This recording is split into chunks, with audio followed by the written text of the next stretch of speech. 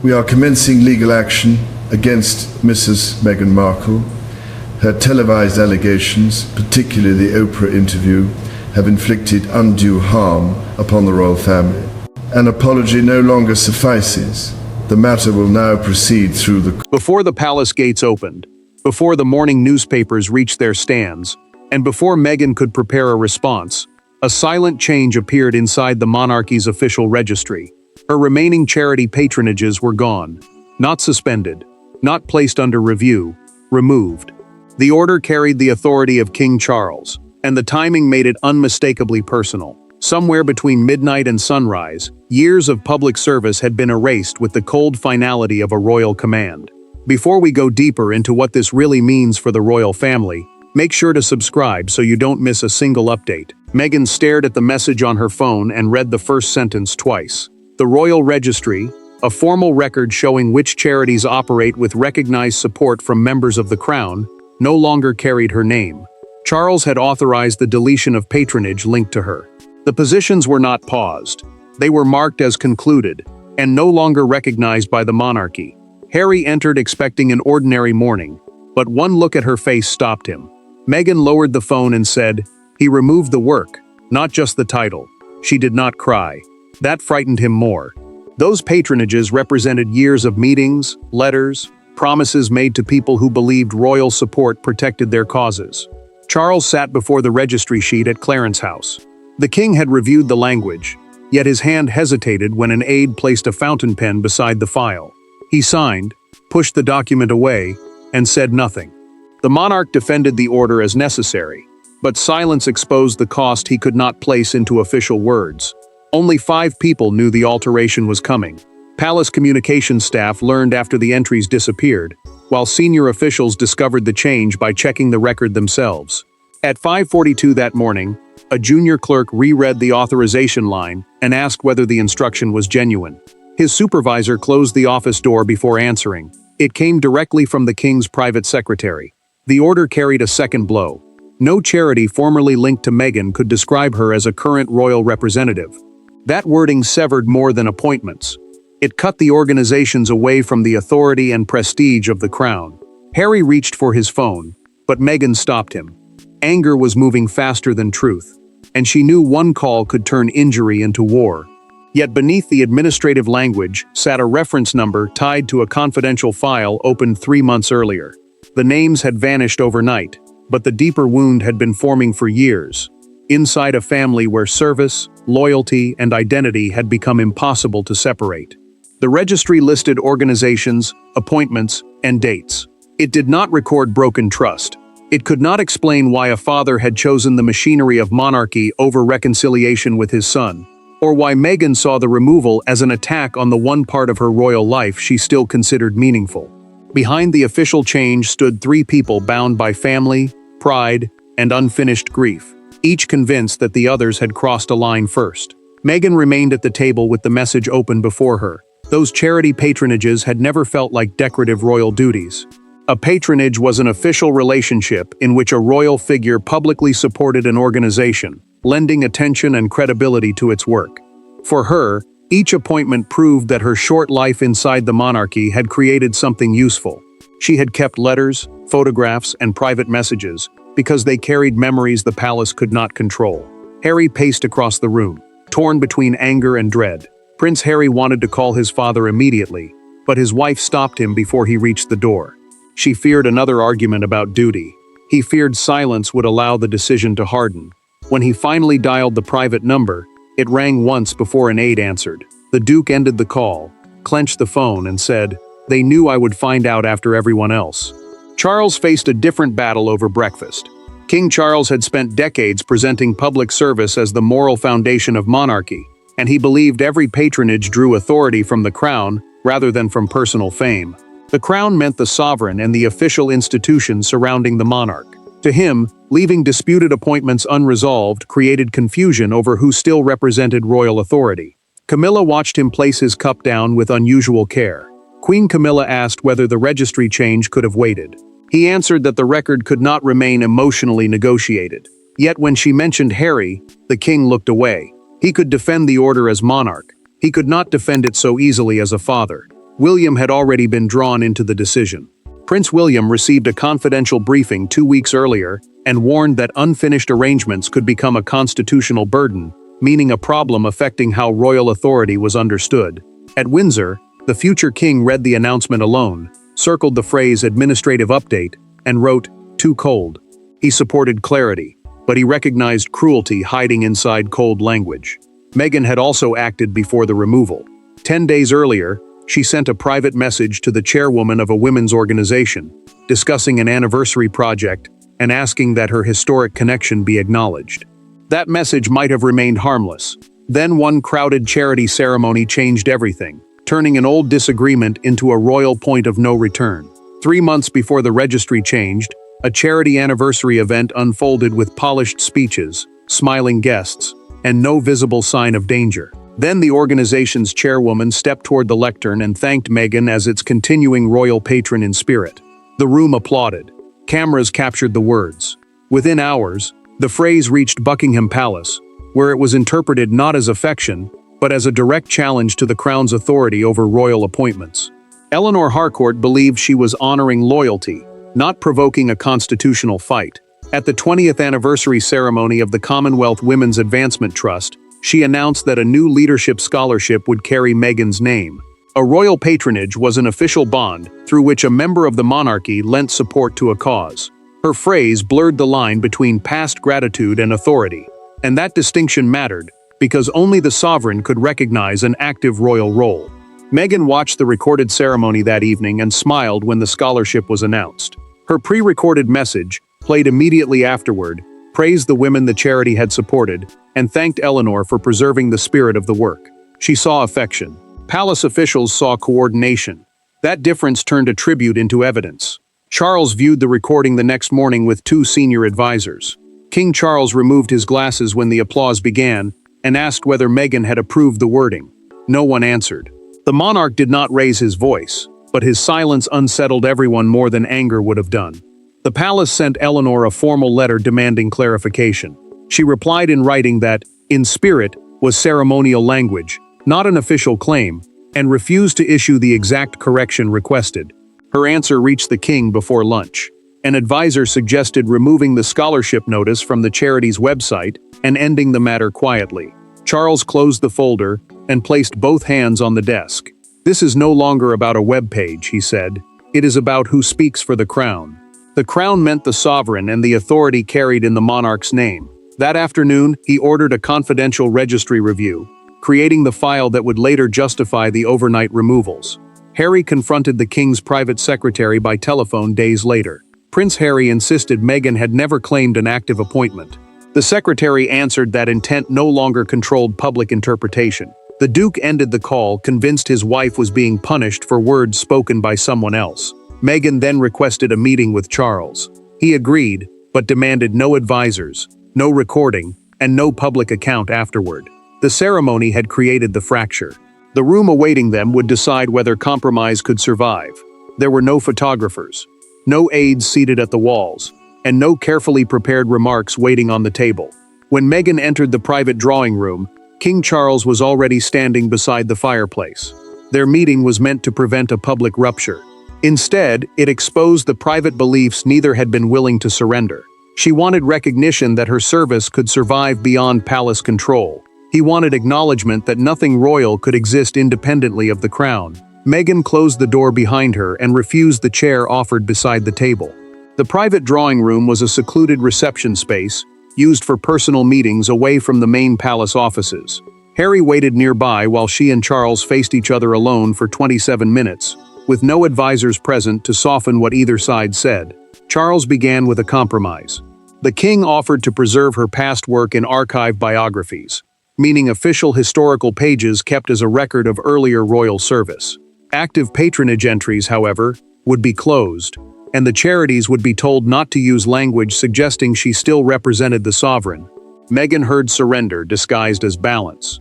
She told him the proposal reduced years of work to a technical footnote and treated real relationships as if they could be switched off by palace instruction.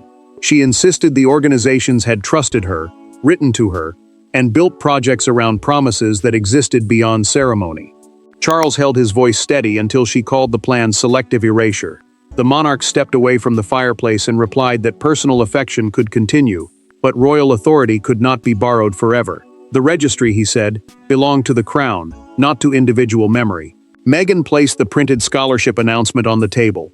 She asked whether he truly believed she had arranged the chairwoman's words. Charles looked at the page but refused to touch it. "I believe you understood what those words would mean," he said. She answered, "Then you have already decided who I am." Harry heard only fragments through the closed door. Prince Harry caught his father saying authority and Meghan answering dignity.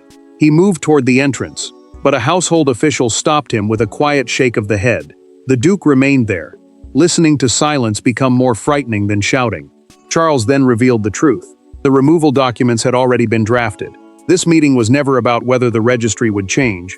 It was about whether Meghan would help present the decision as mutual. Meghan rose, gathered the scholarship page, and left the compromise untouched. After the door closed, Harry saw her fighting tears. William entered moments later carrying a memorandum. The future king believed hesitation now threatened the monarchy more than action. The public would see one signature and assume one man had acted alone. Inside the palace, the decision had been shaped by a quieter alignment. William wanted clearer boundaries. Senior advisors wanted administrative certainty. Camilla feared another family rupture. Charles stood at the center, carrying the power to decide and the burden of knowing that every option would be judged as either weakness or cruelty. William placed his memorandum on the table and spoke without hesitation. Prince William believed the monarchy could not enter its next reign carrying undefined ties to former working royals. A working royal was a family member who officially represented the sovereign through public duties. He warned that unresolved patronages allowed charities to suggest current royal approval without accepting current royal oversight. Charles listened, but the argument did not settle him. King Charles asked whether the removals could wait for another registry review, a formal examination of official appointments and records. He feared speed would look like punishment. William answered that delay after the ceremony would no longer appear neutral. It would look like consent. The advisors pushed harder. Legal officials warned that Meghan occupied a category the institution did not recognize. She was neither an active representative nor merely a historical figure. Communications staff feared every unclear reference could produce another public dispute over who spoke for the crown. Camilla found Charles rereading the same page after the briefing ended. Queen Camilla reminded him that Harry would not experience the order as administrative clarity. He would hear it as a message from his father. The king replied that fatherhood could not rewrite official structures, but the pain in his expression weakened the certainty of his words. William remained when everyone else left. The prince closed the folder and said, "You are not removing her history. You are defining the present." Charles looked toward him and answered, "She will not believe there is a difference." Neither man spoke for several seconds. The future king then demanded one limit. He supported ending the active patronages, but he refused to support a purge of photographs, archived speeches, or old tributes. Such an attack, he warned, would turn a boundary into vengeance. Charles agreed. One memorandum recommended deleting every reference to Meghan from the palace archive. The monarch crossed out the proposal himself. Her official role would end, but the record of her service would remain. Sir Jonathan Vail watched the king pause over the final signature. The private secretary, the senior aide who manages the sovereign's official business, offered a 24-hour delay. Charles signed and replied, "No, delay has become the problem." The letters went out immediately. Yet one charity would refuse to obey quietly, exposing the limits of royal power beyond palace walls. The consequences did not arrive as thunder. They came through worded emails, revised web pages, canceled invitations, and telephone calls made by people who wished they did not have to choose sides. By midday, Meghan's royal connections were being removed, one organization at a time. Yet while several charities quietly complied, one refused to treat the palace's registry as permission to forget the woman who had once stood beside them. Meghan watched the changes unfold beside Harry and two advisors. Each charity had received a formal notification stating that she no longer held an active patronage under the crown. Royal endorsement meant official approval given in the sovereign's name, and the letters warned organizations not to imply that approval continued. One anniversary program removed her title. Another website replaced her profile with an archived record.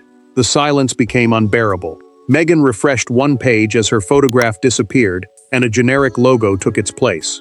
She closed the laptop. "They are being made to choose between gratitude and access," she told Harry. He heard humiliation in every deleted line. Harry wanted to answer immediately. Prince Harry began dictating a statement accusing the palace of punishing his wife through administrative language, but she stopped him. Meghan feared anger would be used as proof that the removal had been necessary. The Duke argued that silence would look like surrender, then walked outside and slammed the door harder than intended. Charles received the first compliance report before noon. King Charles read that 4 organizations had revised their records. Then he reached the Commonwealth Women's Advancement Trust. Beside its name appeared one word: declined. The monarch read it again, understanding that royal authority had met a boundary it could not command away. Eleanor Harcourt sat alone with the palace letter beside her. The chairwoman remembered Meghan speaking privately to nervous scholarship applicants years earlier, staying beyond the scheduled time because women still wanted guidance. That memory mattered more than access to royal rooms. Eleanor signed a written reply acknowledging that Meghan was no longer an active royal patron, while refusing to remove the scholarship or the charity's tribute to her past work. "Service does not become unreal because a registry changes," Eleanor whispered before sending the letter. The trust no longer depended on palace funding or facilities, so Charles could withdraw recognition, but could not erase its gratitude. The refusal exposed the limits of monarchical power beyond palace walls. The danger was immediate. Before the charity or palace spoke publicly, Charles requested one private call with Harry, without secretaries, advisors, or prepared language. The official machinery had finished its work, but father and son were about to confront the wound beneath it. When Harry answered, there were no aides introducing the call, and no legal phrases waiting to soften its meaning. For the first time since the registry changed, father and son spoke without the protective walls of institution, marriage, or public strategy. The conversation began with anger. It did not end with reconciliation. But somewhere between accusation and silence, both men finally admitted that the patronages had become symbols for losses much larger than any official appointment. Charles dismissed his staff and called from his study. King Charles wanted no secretary listening, no prepared wording, and no palace record shaping what came next. Harry stepped away from Meghan and answered outside. The Duke agreed that the conversation would remain private because one leaked sentence could turn pain into public battle. Harry accused his father of hiding cruelty behind procedure. Prince Harry said the registry change had been designed to wound Meghan while allowing the palace to call it administration. He demanded to know why the king had not spoken before the order became irreversible. For him, the silence mattered because it proved family had been treated as an obstacle, not a responsibility. Charles rejected the charge of revenge. The monarch said he had ended official functions, not erased personal achievement. An official function meant a duty carried out in the sovereign's name, with the authority and accountability of the crown behind it. Meghan, he insisted, could not remain symbolically attached to that authority while refusing its rules. The argument then became personal. Harry said every institutional decision seemed to cost him another piece of his family. Charles answered that every family conflict was being turned into a challenge to the institution he had sworn to protect. Neither man raised his voice after that. The truth had become too heavy for shouting. Harry asked, "Did you think about calling me before signing it?" Charles waited several seconds. "Yes," he said. When his son asked why he had not, the king replied, "Because I believed you would ask me not to be king." The silence changed everything. Harry did not demand restoration. Instead, he asked the palace to acknowledge Meghan's completed charitable work and separate the ending of active patronages from the value of what she had already done. Charles refused to reverse the registry, but he accepted that the first statement sounded punitive. He authorized wording recognizing her past service and confirmed that archived records would remain. Meghan listened when Harry returned. She did not celebrate. "He kept the decision," she said, "but he changed the meaning." Hours later, the revised statement reached broadcasters, and one morning front page would expose the emotional price of that distinction. By sunrise, the registry change was no longer a private royal action. It had become a national argument about duty, punishment, identity, and who controlled the memory of service. Broadcasters debated constitutional boundaries. Supporters accused the palace of cruelty. Monarchists defended the king's authority. Yet the moment that defined the reaction was not a speech or official statement. It was a single newspaper image showing Meghan's name fading from a printed royal register beneath one merciless headline. Buckingham Palace confirmed the removal in a revised public statement. The palace, the sovereign's central royal office, said Meghan's active charity patronages had ended as part of a clarification of current working roles. It also recognized her previous contribution. That sentence mattered because it separated official authority from completed service. Even as critics argued the timing made the move feel deeply personal. The London Chronicle captured the anger in one brutal front page. Its morning edition showed an open registry with Meghan's name printed in pale gray beneath a dark red line. Above it stood the words, "Crown closes the book." Within minutes, the image filled television screens, phones, and breakfast tables across Britain. Amelia Grant sharpened the debate during a recorded evening broadcast. The presenter opened by saying, "Tonight, the monarchy has clarified who serves the crown, but it may also have clarified who no longer belongs to the family's public story." Her words were replayed all day because they exposed the question beneath the paperwork. Was this administration or rejection? Meghan refused to watch at first. Later, she entered as the front page appeared on screen and heard a commentator call the decision a final royal expulsion. She stood silently, then asked for the television to be switched off. The revised statement had protected her history, but the headline had turned her pain into public spectacle. Charles received a folder of reaction inside the palace. King Charles read polling summaries, editorials, and the front cover before placing the newspaper image face down. Camilla noticed the gesture. Queen Camilla said nothing, understanding that he could endure criticism more easily than the accusation that he had erased a person. Eleanor Harcourt then issued a written statement confirming that Meghan's scholarship would remain. She said the trust respected royal authority while retaining the right to honor service already given. Charles instructed officials not to challenge her response. The palace had drawn its boundary. The charity had preserved its gratitude. As the headlines faded, the altered registry remained, forcing everyone involved to face what royal power could end, and what it could never remove. In the end, the order remained. Meghan's patronages were not restored. The registry was not reversed, and King Charles did not apologize for defining the boundaries of royal service. Yet the surprise move failed to erase everything it was meant to settle. The crown retained control over its appointments. Meghan retained the record of what she had accomplished. Harry retained neither full peace with his father nor complete estrangement. What emerged was not victory, but a final and irreversible separation. Meghan's active charity patronages remained permanently classified as concluded appointments. That meant the official relationships had ended, and no organization could describe her as a current representative of the sovereign. Yet archived palace pages continued recording her earlier engagements, while the Commonwealth Women's Advancement Trust kept the leadership scholarship carrying her name. The crown ended the role. It did not erase the work. Meghan opened a box of letters several days later and found one from a young woman who said the scholarship had changed her life. She read it slowly, returned it to the box, and closed the lid without anger. The registry had taken away official recognition, but it could not remove the impact remembered by the people she had served.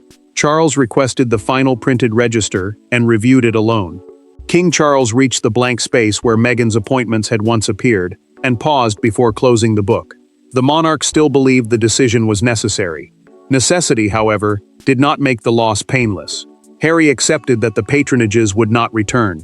Prince Harry remained angry about the method, but the private call with his father stopped the rupture from becoming absolute. Their relationship survived in a cautious form, weakened by disappointment but not destroyed by silence. William carried a different lesson forward. Prince William believed the future monarchy needed clear boundaries, yet he now understood that administrative certainty could cause deep personal harm when delivered without empathy. The future king had strengthened the institution while discovering the moral cost of protecting it. Eleanor Harcourt later announced the trust's new scholarship recipient during a documented ceremony. Meghan's name remained on the program. At the same hour, Charles attended another charity engagement under the revised registry. They continued serving separately, with neither controlling the other's story. The verdict was final. Charles controlled the registry. Meghan controlled her response. The charities controlled their memories. The monarchy preserved its boundaries, but genuine service remained beyond any signature. Thanks for watching. Please don't forget to like and subscribe, and we will see you in next one.